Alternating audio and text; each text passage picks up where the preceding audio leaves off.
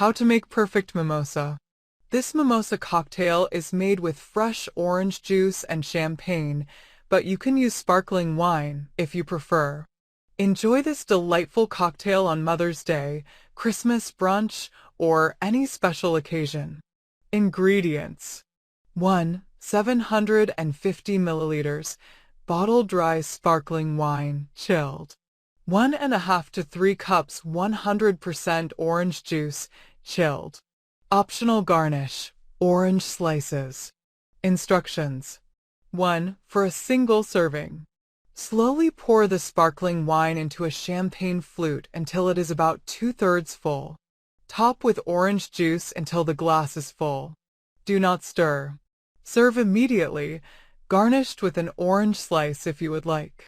2. For a pitcher, slowly pour the sparkling wine into a large pitcher. Top with your desired amount of orange juice. I recommend 1.5 cups. Do not stir. Refrigerate for up to 10 minutes. Pour into champagne flutes and serve. Thanks for watching. Don't forget to like, comment, share, and subscribe to my channel.